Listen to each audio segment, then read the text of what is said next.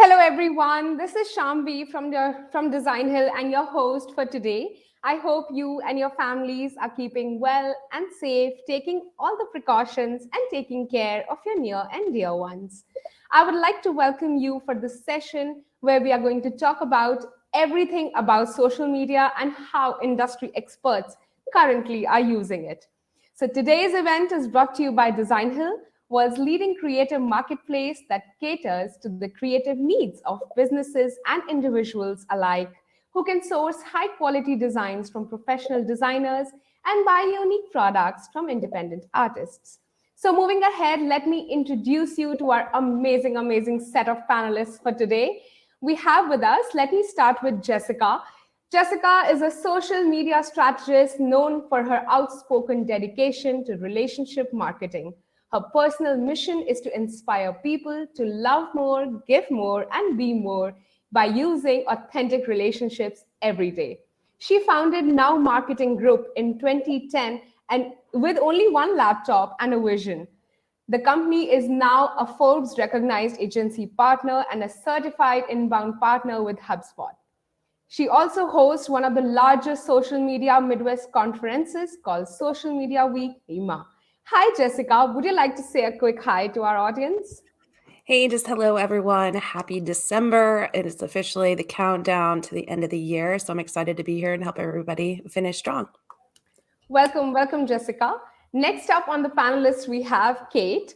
Kate helps executives and entrepreneurs completely stand out online so they become a recognized authority in their marketplace and a respected asset to their company and clients.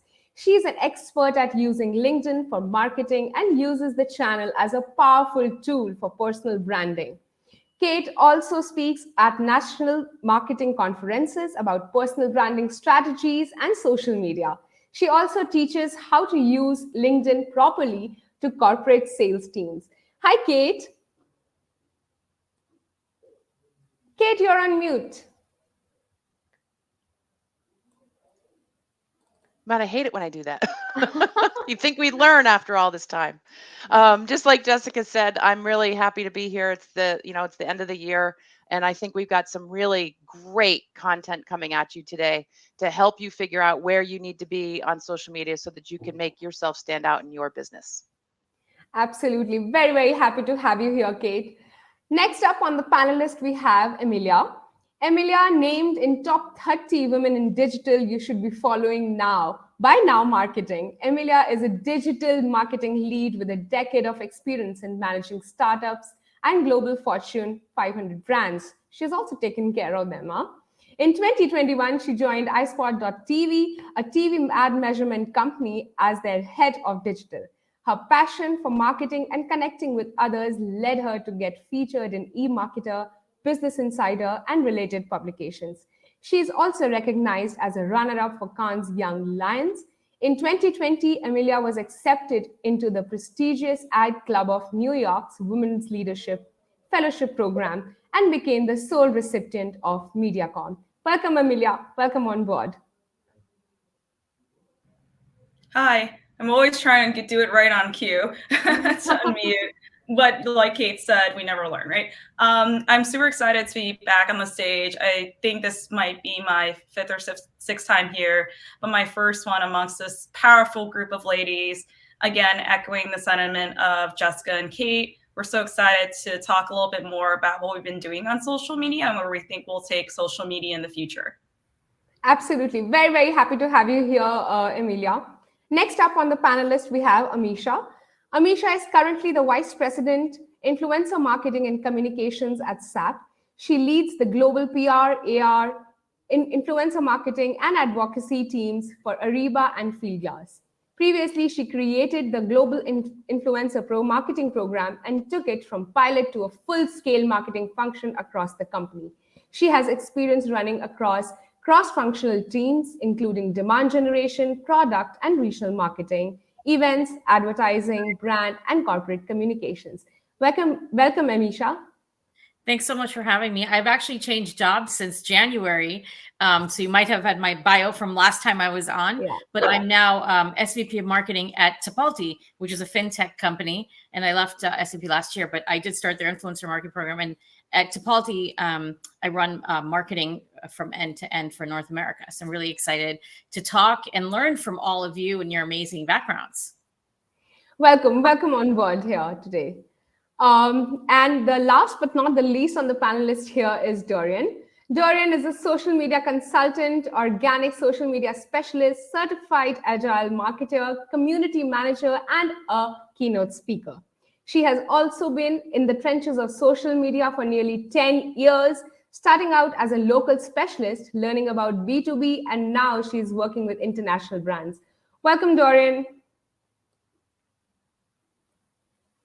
Thank you. Thank you for that great intro. I'm just excited to be here. I know some of the women on the panel and some I'm just getting to know. So I'm echoing everybody when I say I'm excited to provide to you what I know and my expertise, but also learn from these amazing women. So very excited for what's to come today. And I'm so glad so many people are here. So make sure you ask your questions in the chat, everybody.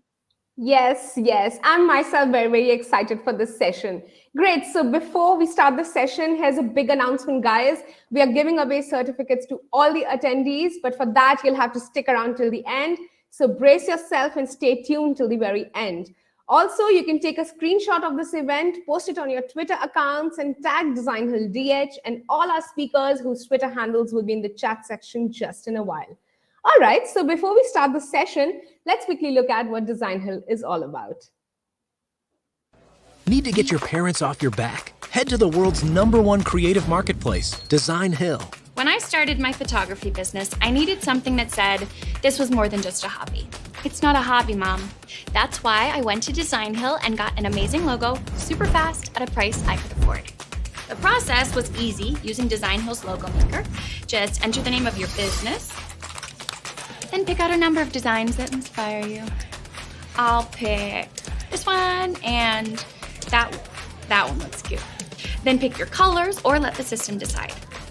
Add some more info like a slogan, the industry your business is in, and your budget. The logo maker, using machine learning and artificial intelligence, will design thousands of logo variants that you can choose from and adapt. In fact, I was able to get everything from business cards to t-shirt design and complete social media kit, all with the click of a button. With that, I'm all set. Now everyone I meet knows I'm a legit photographer. Even my mom. It's real. That's decaf. Let the world know it's real and build your brand with Designhill.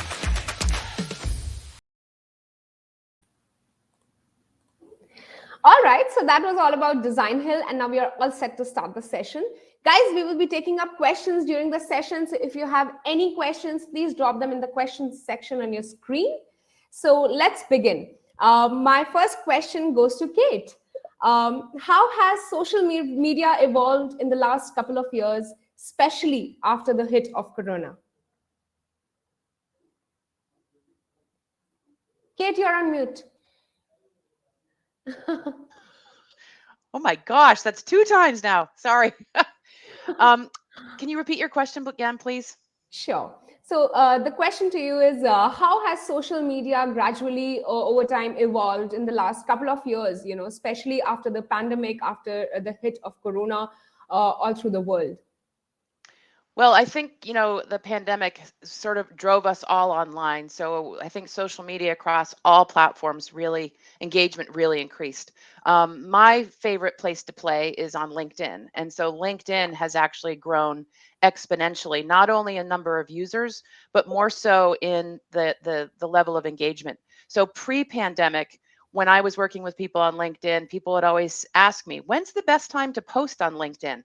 I'd be like, well, on Tuesdays and Thursdays between 11 and 2, and there were like these specific times because LinkedIn's just, people don't go to LinkedIn as much as they go to Facebook or Instagram or Twitter.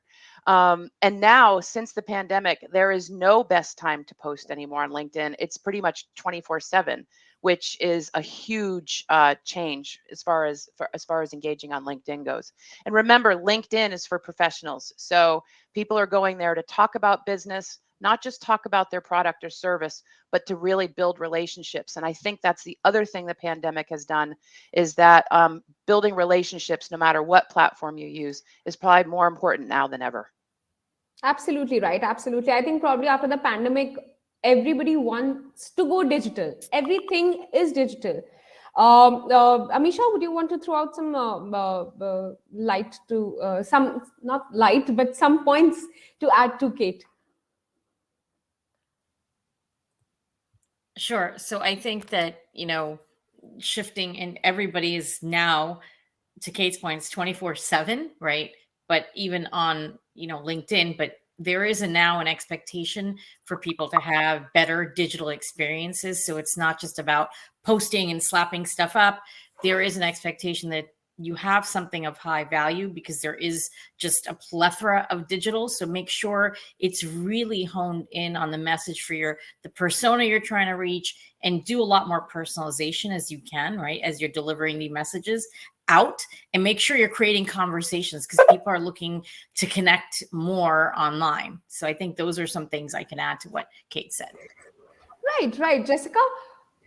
Yeah, I am like echoing what both of the ladies have said so far. I think there's two shifts that are happening. More people are going online, but as was just mentioned, like more people are expecting more for what we're doing online, because there's a little bit more of fatigue of needing to be there, right? Like the last thing we want to do is go to another Zoom party. We'd rather have those conversations and relationships in real life. But I think three things that people are expecting: it's craveability, accessibility, and relatability.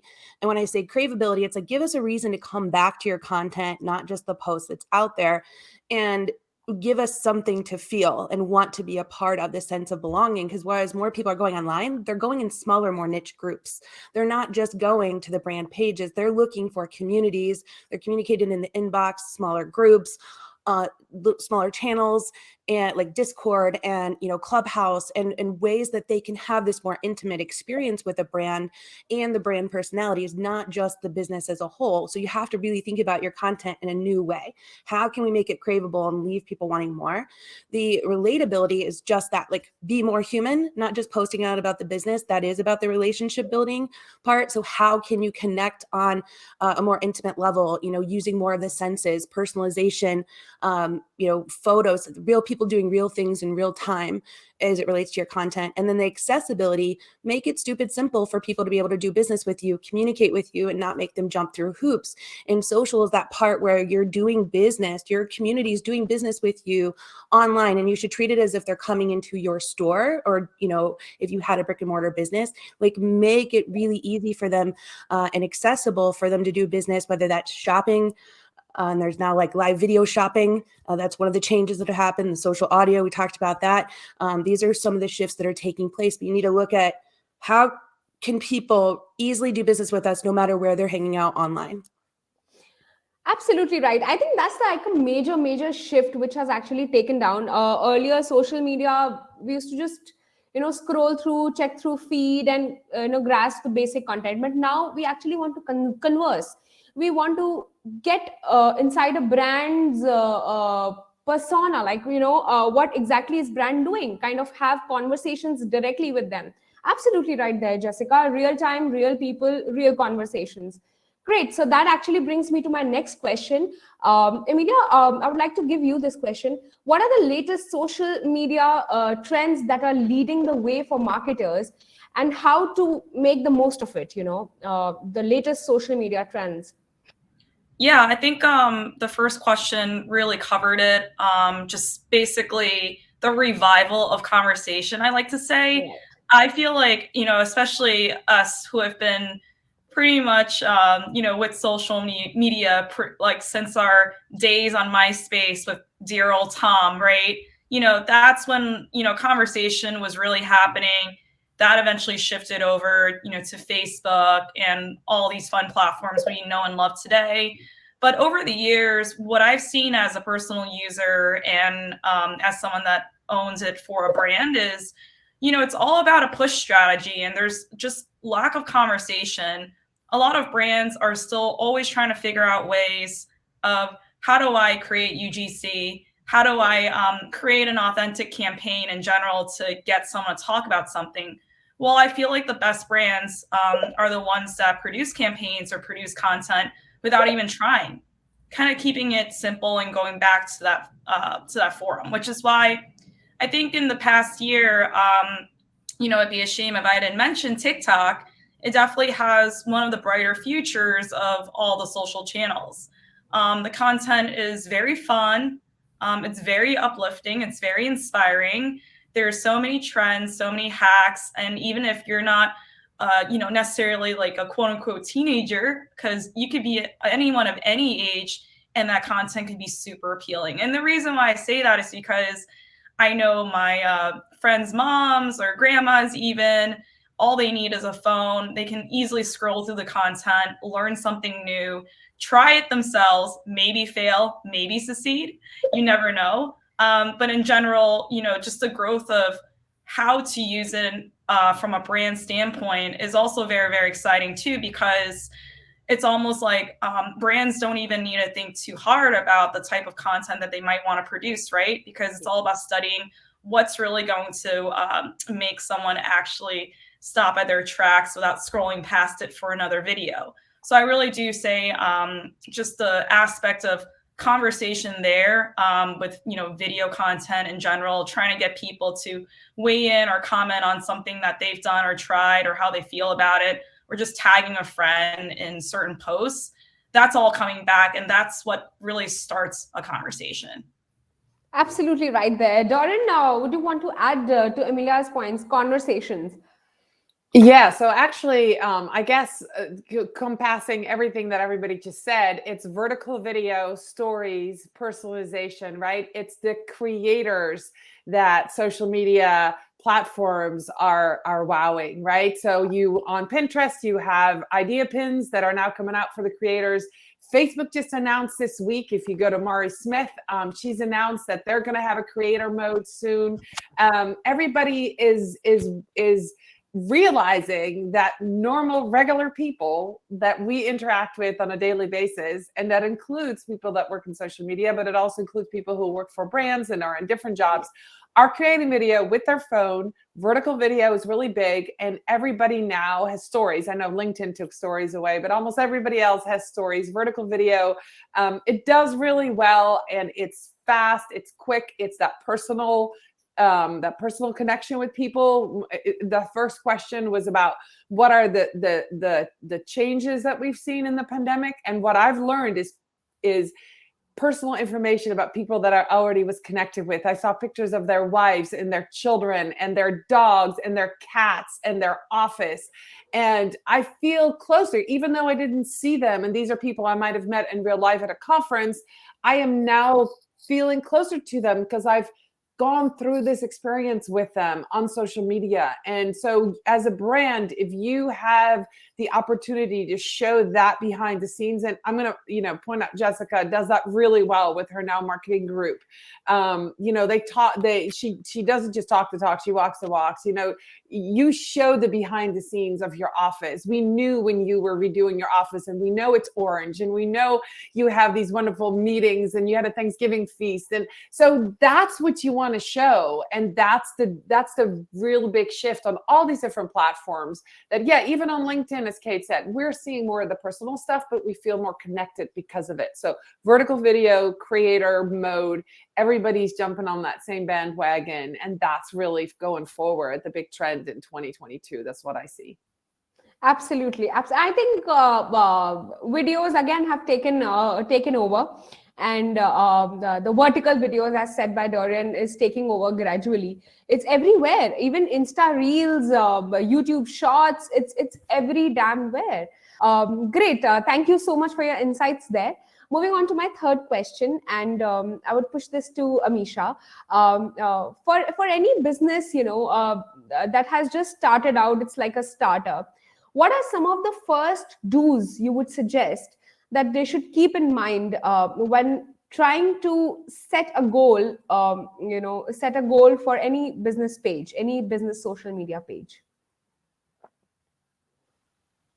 So when you're first starting out, you probably don't have an audience. So you're looking to build an audience. Yes. And I think that one of the ways that you can build an audience is by inviting others that have influence to help you tell your story, but also that can help.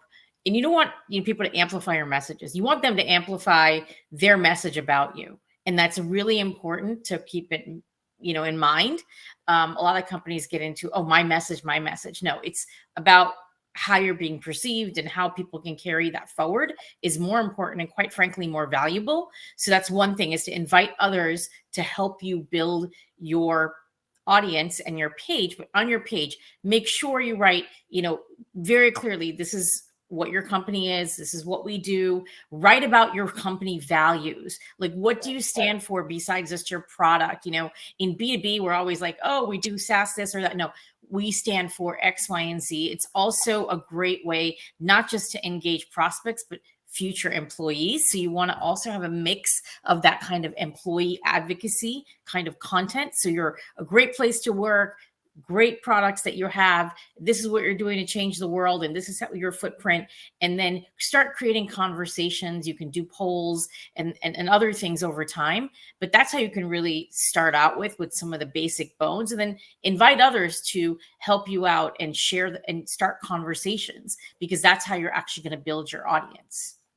Absolutely right. I think that this one point, get people who can influence others on board for your new page. Jessica, you want to add on to Amisha's points? Yeah, I'm just like amening everything that she's saying right now, because it's so spot on. And if you think about it as a brand, just think like everything that was just mentioned, but starting from the inside out, because you cannot buy community, you cannot buy conversation, like real conversation. So you have to start at the very inside of your brand. Like she said, having this brand manifesto of here's what we're here to do and here's who we're here to do it for. Once you get to the heart of that, of who you really are as a brand, then it becomes easy. I think so often we think marketing, sales, right? And then social media marketing, it's like, oh, we're just here to push out a message, like, was mentioned, a broadcast versus a magnet to draw people in, when we have to focus on the social part of it. But also that things have shifted, as Michelle was just saying, like, it's not about getting people to just share on, but it's about them talking about you. So it's not a sales funnel anymore. Like, that whole mindset is dead.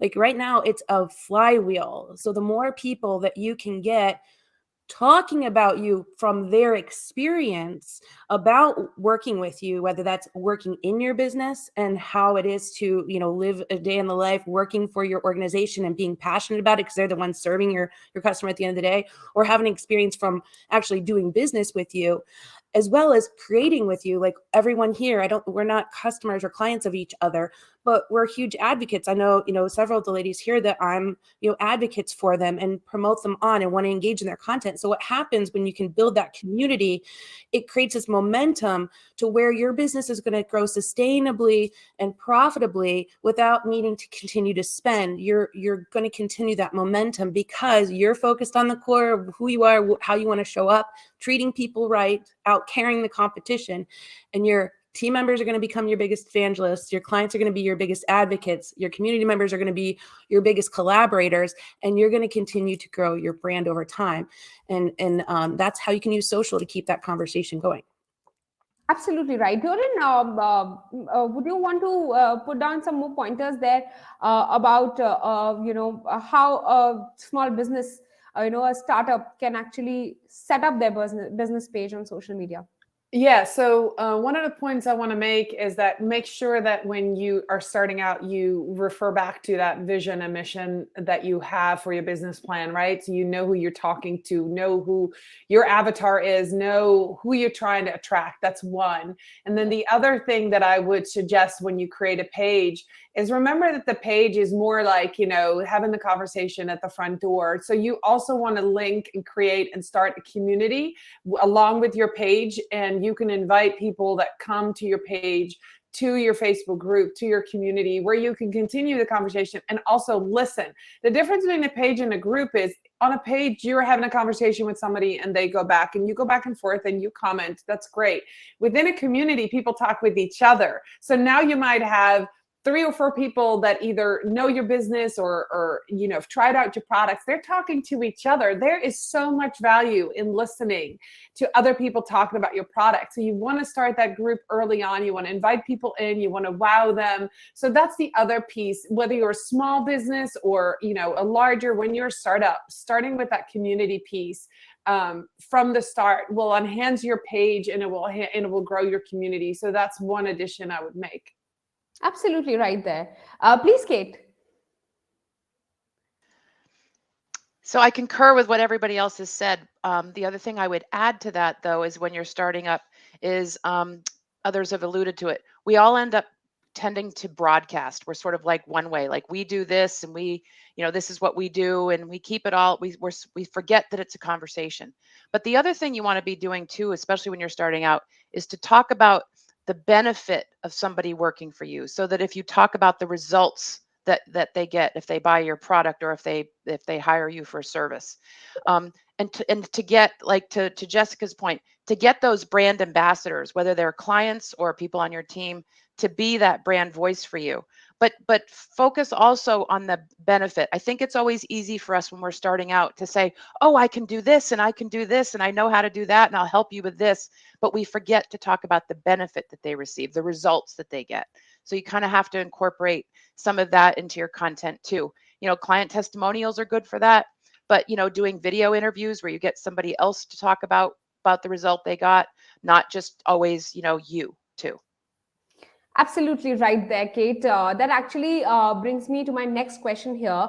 Amisha said that you know, get somebody who can influence other people. You know, of course, influencer marketing does play a very, very major role here, but UGC content is the game changer. So now my next question goes to Kate here. What are some of the, you know, ways to create and generate UGC content, you know, user generated content, please? So one of the things that I love, especially from the standpoint of one's like LinkedIn profile or LinkedIn presence, is using a nugget of your personal story. Okay, so again, people like to peek behind the curtain a little bit. That doesn't mean you're going to go on and on and on about it. So when I say a nugget, I mean something kind of short and sweet. So from the standpoint of your user generated content, share some of these little stories that relate to what you do. So for example, in my LinkedIn, on my personal profile page, I talk about how, like, I start out saying, you know, I wanted to be a broadcast journalist since I was in 8th grade. And I had a female journalist that was on national television that I was sort of my idol, and I wanted to be that person. And then I tied that into how I love to be a storyteller. And that's kind of what I do in my business, and how I help my clients do the same thing. So that little nugget of the story makes me relatable to people, makes me interesting, makes them kind of pay attention, versus sort of the bio type of content where you're like, I've done this and I've done that and I've worked with that. It's not that that's not valid, but if you can share these little nuggets of story, of personal story that relate to what you do in your business or your service, I think that's a way to hook people in to make a connection with you. Absolutely right there. Jessica, you want to add down? Oh, yeah, sure. So to get more UGC, I mean, I think that's something all of us want, and it's already happening, right? Like the biggest thing that brands need to realize that we can focus on is giving them a reason to want to share, give them something that can have an experience behind it when working with your business. If we can make people feel something or surprise them in a way, and to help them feel the sense of belonging, then they're going to naturally want to share. Now, of course, we do need to ask for it, but we have to give a reason to. Like, people expect us to do what we say we're going to do, right? Like, that's just business. That's nothing special. Like, what can you do to take it to the next level? What could you add in maybe at your physical location that's going to give people a reason to share? I agree, you know, with Kate and with everyone that's mentioned about, you know, having your story too, so people can understand it a little bit more. But naturally UGC should be happening if we're giving them the environment to do so. It should be happening again with your team, with your clients. And if it's not, there's something that needs to be tweaked. You need to look at how can we improve to what makes us stand out from competition, what makes us unique, because what you do is not what makes you unique. It's how you do it, right?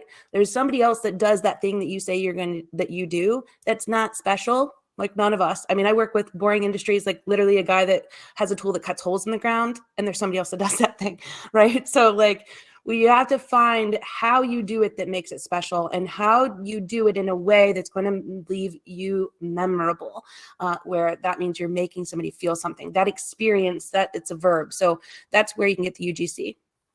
Absolutely right there. Dorian, please.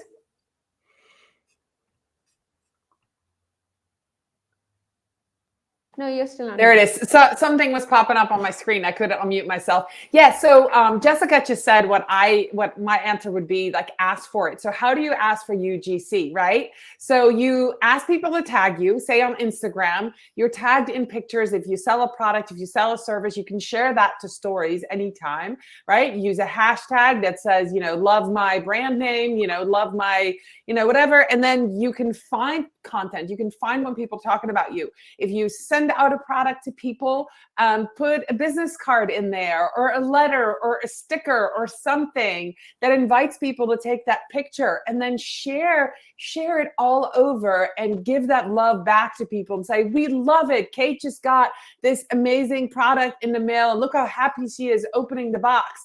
And when you do that, people want to be on your page. And so it's by show and tell that you do that. And then from that, once you have that, and once it gets going, you can establish like a brand ambassadorship, or ask those people that already love your brand to become an influencer and to work with you. But you want to encourage that behavior. You want to reward it. You want to uplift them. You want to do shout outs. You want to show off other people's content, because then you will get more. It's really kind of once you get that ball rolling. So be asking for it for sure, but be very specific what you're looking for. And if you're a startup, we talked about that, the last question, have your employees, have somebody take a picture here and there, and, get it going. Ask your friend and say, hey, you want one of these products, take a picture. Unboxing videos, that vertical video works really well. And when you're tagged in things, you can still share it in your stories. And so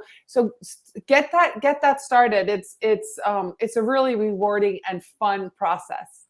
Yes, Amelia, you wanted to add down to all the expert views here. Yeah, I guess this is a question for all. I think I want to take it from a different lens, but amazing points. I think one thing we haven't thought about also is just also running an audit.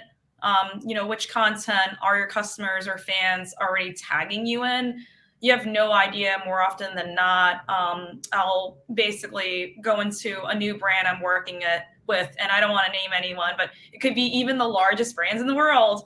And they would realize there's a whole world of tags out there on their Twitter or Instagram and whatnot, or even LinkedIn, wherever applicable, that you're just constantly missing and not using. So I think a lot of it has to do with auditing as well, making sure that you're empowering your team and equipping them with the right tools to be able to audit those tags efficiently, to see it all in one place.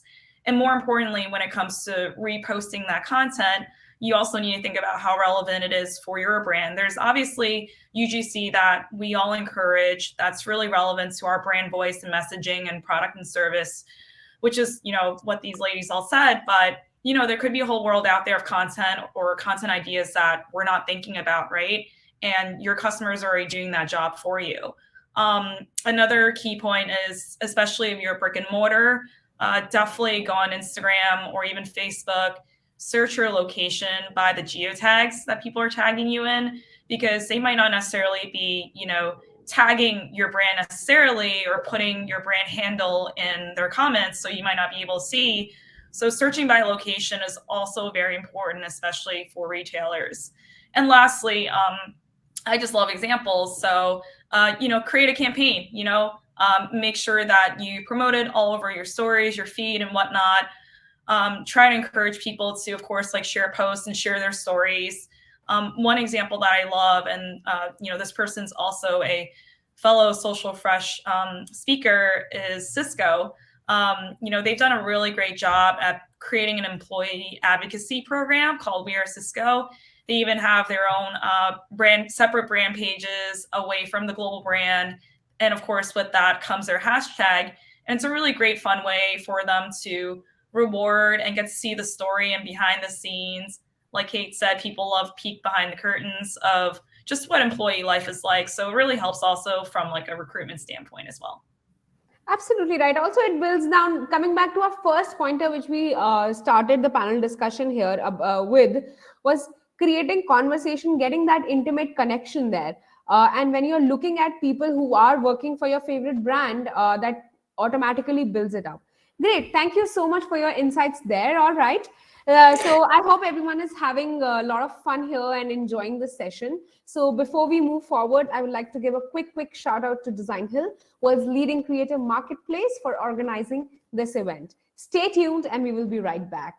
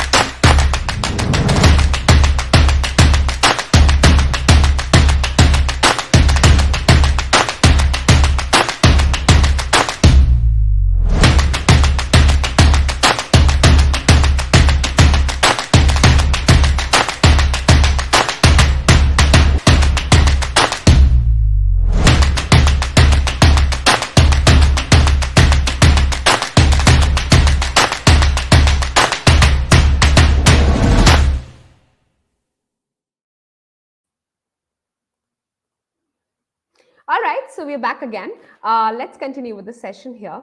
Now, moving on to my next section here, I want to talk more about community management, about how important is managing your own community. So let's talk about the importance of ORM and community management on social media, and how does it impact the overall well-being of a business or a brand and its image. Maybe Dorian, why don't you take up this question here? I'd love to. I'm a community manager, so that'd be great. Yeah, I've been doing this freelance for over 10 years. I'm a community manager for several large communities. It's super important. And it's, when we first started out with these Facebook groups, we thought, oh, this is a great way to gather a bunch of people and to talk to them, right? And I think we've discovered along the way that it's way more than that. A community is a way for you to listen, have conversations with people, and get feedback on your products, on your processes, on your community. You can delight them, you can wow them, and you basically can use your community to, and this is what I tell my clients when I'm trying to convince them, right? You have this first time client or customer, this baby customer, and you take them through the whole process in this group, and you make them into a brand ambassador. They're going to invite their friends. They're going to talk to everybody about your brand because you're nurturing them within that community. You have a place for them to go. And since Facebook has put a lot more emphasis on Facebook groups. We're talking about Facebook specifically. The communities have really grown. They are behind the scenes doing a lot. I mean, they were putting out ads during the Super Bowl about Facebook groups. They are putting tools out. They put in Facebook Blueprint, I think it's called. They now have a community manager certification.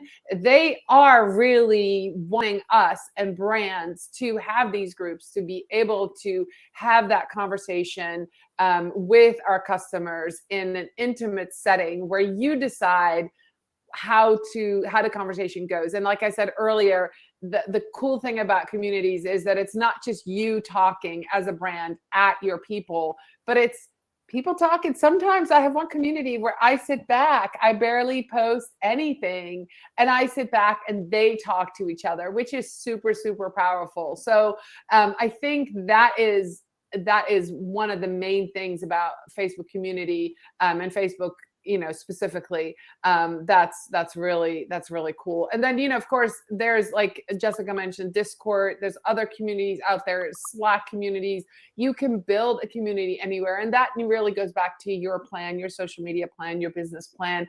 Who do you want to reach and where are they, right? Because if your peeps are not on Facebook, don't build it right there. So, definitely have a plan and know where your peeps hang out. But I always love this. Kate has told me before, she's got a community of LinkedIn experts, but they're meeting in a Facebook group and not on LinkedIn groups. But right now on LinkedIn, the groups aren't really doing a whole lot. So also make sure you understand the mechanism of where you want to be. But it's really, really a great opportunity to get closer to those that know and love your brand and to help them through that customer journey.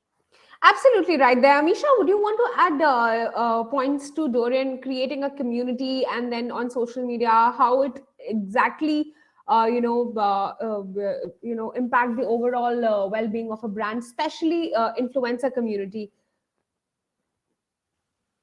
Sure. I'll take it from the influencer community standpoint. So when you're thinking about a community, you're bringing together, like Dorian said, you're bringing together people for a purpose. You can't bring together a community if you have a marketing outcome attached to it, because then you're not really going to create a community that's going to really have any pickup. You want to create a community with a purpose. What is the purpose of the community? What is it that you're offering for the persona and the people that you've set it up for? And it can't be, because I want people to know about my brand and buy more of my brand. That's completely the wrong mindset. And I think a lot of people think of a community from a marketing standpoint. Let's make a community, and because that's going to get us out there and everyone's going to get involved and then we're going to sell more.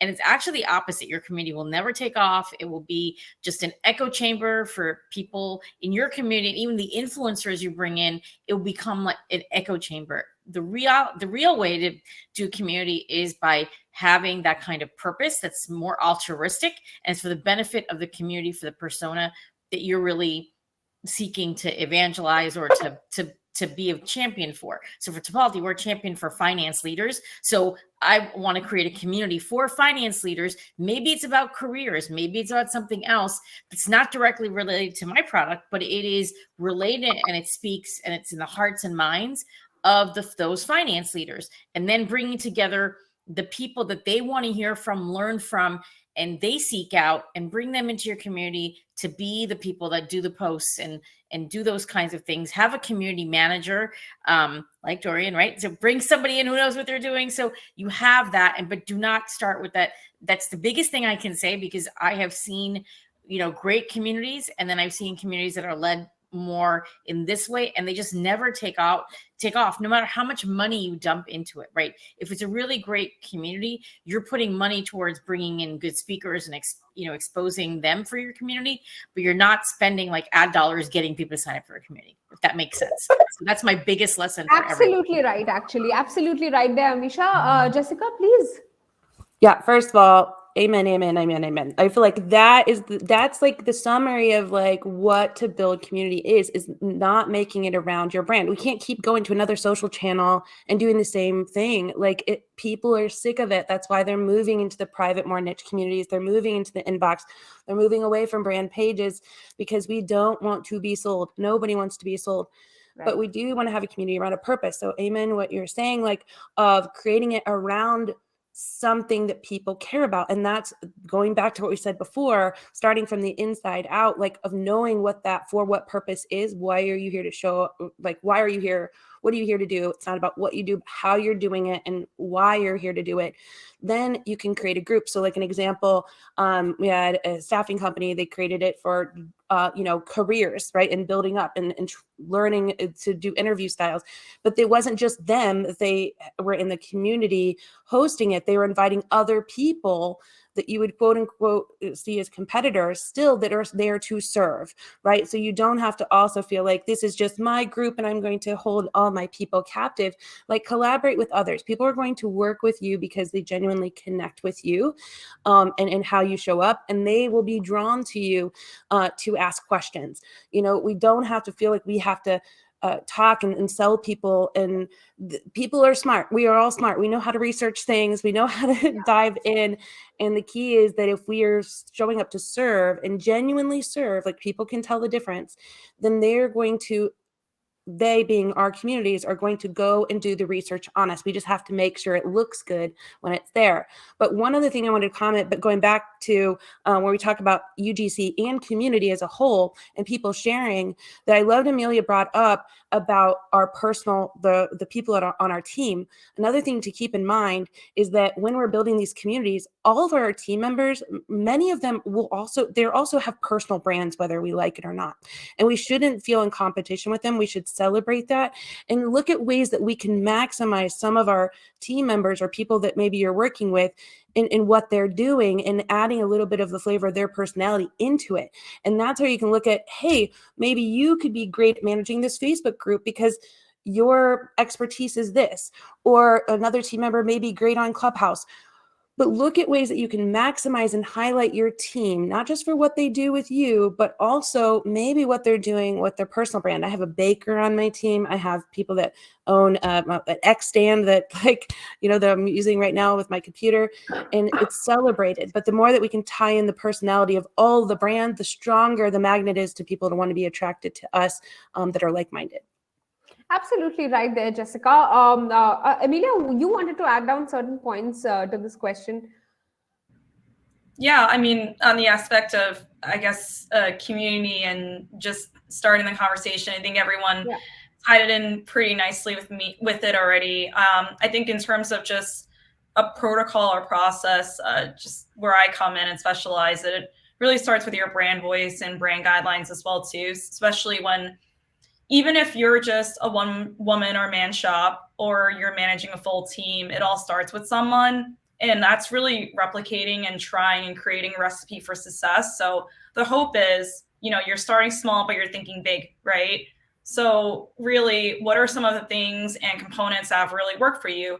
Is it starting within, like someone said, meeting with people on LinkedIn as part of your brand and then carrying them over to a Facebook group or a Slack channel, right? What made that really tick? What made that work? Write it all down, because as you expand your team, that's always a hope. You're going to need to hire specific community managers, specific social media managers, like someone said nicely, that are a really great fit for a certain channel, because it really does take a village to do community management correctly. I think that's just the case. I've been building, again, not just with really small nonprofits all the way to global brands. I just feel repetitively, it's just something that, people don't really see the value because they might not see the ROI. And as a sneak peek, I know we're going to talk about that probably soon, which I definitely have a few points to add there.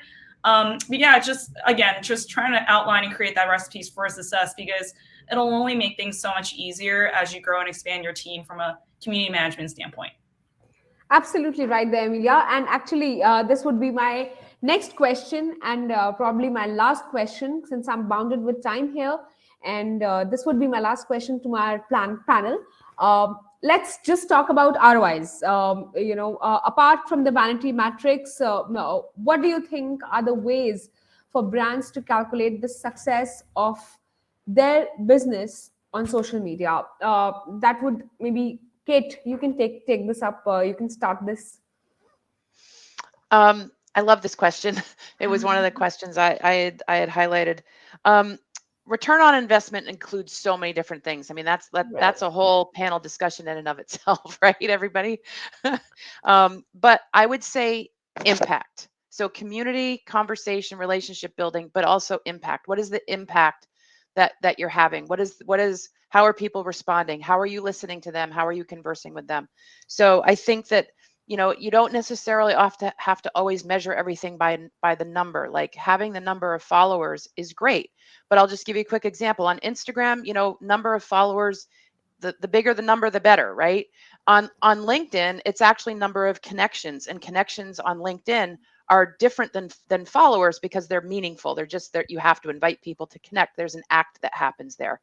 So I go more for the quality of the conversation versus the number behind it. So I'm sure other people have something to add. So I'll end it with that. Please, Emilia, maybe you can add down to this question to Kate. Yeah, early on in social media, I think there wasn't too much complexity. Everyone was just looking at engagements, reach, and impressions, which I think overall it's still a really good metric when it comes to trying to understand the scale of how your social media content has expanded to your audience. But where I'd like to take this is really more from a B2B or even B2C standpoint. If you do have the right tools in place, like for instance, we use marketing CRM tools like Salesforce. Even if you're not using it, who hasn't heard of Salesforce or even seen their content, right? We use it to track all the links coming from all channel sources. So that includes LinkedIn organic, Facebook organic, in addition to our paid efforts. So I didn't want people to think like a tool like that isn't just good for only seeing organic. It covers all channels. So it's really designed for us to follow the path of a certain lead or prospect coming from all channel sources. So maybe someone had clicked on our content from seeing our LinkedIn post, right? Visit our site, took an action, but left it alone and didn't really quote unquote convert. But then, in the future, we serve them an email and then they ultimately converted. At the end of the day, what's really important for my job is to understand the full story. I know a lot of people try to think a little bit about last touch when it comes to ROI and attribution, which, like Kate said, could be a whole entire topic itself. But what me and my team are doing is we're really looking at campaign influence, right? So just because someone converted from an email or another source that's not social, I would still like to get some partial credit for it, just because if that person never came in from seeing our LinkedIn content, Instagram content, story, whatever Salesforce is telling you, right? They may not have entered our database, may not have been re-engaged with an email, an event that we serve them and whatnot. So I think it's really important for us to understand, aside from the vanity metrics that I started with, really how to calculate success and ROI in that manner. And then obviously every company and team is different. You would decide on your own what is the value of that person that came into you. Absolutely right there. Amisha, please, love to hear you. No, that's exactly, I echo what Amelia said, because that's what I look at. I look at the business, because I also have demand gen on my team. So I look at everything, right? And when I'm looking at it, it is, what comes in from thought leadership, what touches the organic touches social have, but we also have paid social. And then can we retarget people, right? And folks, and this is where people feel they're getting stalked online a little bit, right? But you get that kind of surround sound, and then we can start seeing these are the touches and these are the campaign touches that worked really well and really drove the customer journey. It really helps you tell, where you began, where people are interested. You can do a lot of, you can in organic do A/B testing on, how certain posts do versus others, what kind of videos do better. So look at those, because then, the different thing that I'll add is you can look at your organic and also your paid, but look at your organic and do A/B testing there, so you can see, hey, these organic posts are doing really well. Maybe that should be a lesson for some of our paid posts, right? The ones that do really well, do we redo those as, when we do our paid social, does that influence that, right? So don't just think about the metrics and applying it, but how you can test out things and then measure that, so then you can always sort of be maximizing for the best ROI there. So that's what I said. Absolutely. Dorian, please. Yeah, so I want to make a point. I know that we all work for, with some of the larger companies and we might have some corporations on our, that we work with. But if you're a small company, the thing to start with to start measuring ROI is you have to have a starting line. If you don't know where you are right now, you can't measure growth. And growth is going to be different for everybody. You might be a really small mom and pop business and you might have very different goals than a bigger company. So the first thing you need to do is do a social media audit. And this is a perfect time of year. We started talking about that in the green room. And when we got started, it's the end of the year.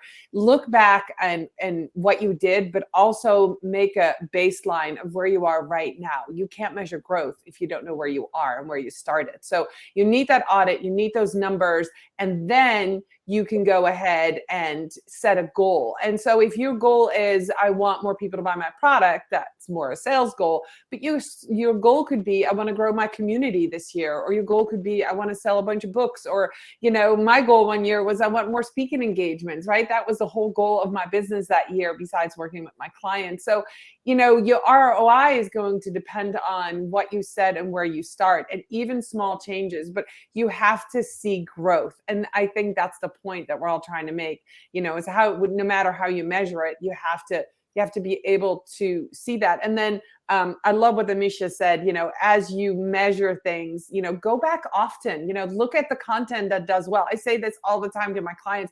We did a meme. You might not have wanted it, but I posted a meme and it did great. Let's do more of that.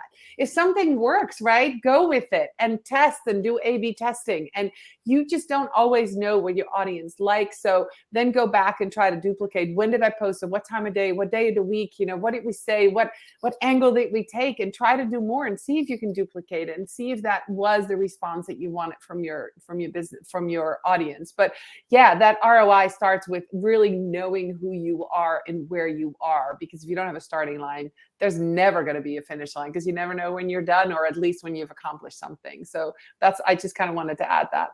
Absolutely right there, Dorian. Even, setting up your goal on the first hand is very, very important to actually measure the right ROIs for your social media channels. Jessica, anything you want to add down to this? Oh, I think these ladies killed it with that answer, with just everything that was mentioned. Definitely perfect time of year, right? I mean, it's always a good time to do this often, quarterly, monthly, whatever. Check in on your goals, but creating that baseline, love that. And making sure that there's a way to measure and monitor, and knowing what's to come. So one big thing just to keep in mind, the only other thing I'd add is what the algorithms are moving to, if we're trying to get in front of people, and what is being measured and what is being I guess presented up front is brands that are understanding sentiment. So the more that Google's moving towards this with their Google page experience updates on your website. Also, social is a big part of that. So you do have to care about relationships. Everything that we're talking about is not just the woo-woo stuff, even though I love and all about it. It's really what's working as well, and really what all the social channels are moving to in order to get into the newsfeed, in order to get into the first page of Google. Everybody's wanting to do. You have to focus on sentiment. So that has to be a part of your reporting and your monitoring of what you're trying to get across. Measuring how many people are talking about us, newly talking about us, mentioning our brand, doing some social listening, as well as that engagement overall, what content's working. And I love the statement that's been made quite a bit today. For what purpose, right? Like if they're engaging with a piece of content just because it's funny, but what's the action that's being taken? So looking at the full story and having a tool to help you. And if you are a small business, I work with several of them. Start out with Google Analytics. They've upgraded to Google Tag Manager. If you have a website, you should have a website. But they've had some other tools in there that will help you measure to get that story at least to start, as well as creating some unique URLs when you're sharing to monitor where the story is starting and where it's ending, right? So make sure you have some tools in place to help you do that, or it's going to be a very confusing and impossible to understand story if you don't have a tool in place to help you read it. Absolutely right there, Jessica. All right, guys. So since I'm bounded with time here, this brings us to the end of this wonderful session with our amazing set of panelists here. This was indeed a value-packed session. Although there is a lot more we could have learned, unfortunately, again, limited by time here. I hope you guys love this session. Once again, I would like to thank each one of you for taking out time and being a part of this event. Anything you guys want to say to the audience? Bye. Thanks for watching. Happy Thanks New for Year. being here. Yeah. Happy New Year. holidays. Happy Yeah, holidays. thanks for being here. Happy holidays. Thank you. All right, guys, this is not where it ends. We have a lot more events lined up for you. So don't forget to check out the events page. All the links will be in the chat section in a while. To watch this session and other such wonderful sessions, previous sessions, which we have already done on different topics of content marketing, podcasts, social media, huge variety of topics, you can check out our official YouTube channel. You can also find the link in the chat section. For all the designer artist community who is listening to this and wish to be a part of this thriving community, go visit designhill.com. On that note, I would like to say a bye to everyone who joined us here today. Take care, guys, and stay safe.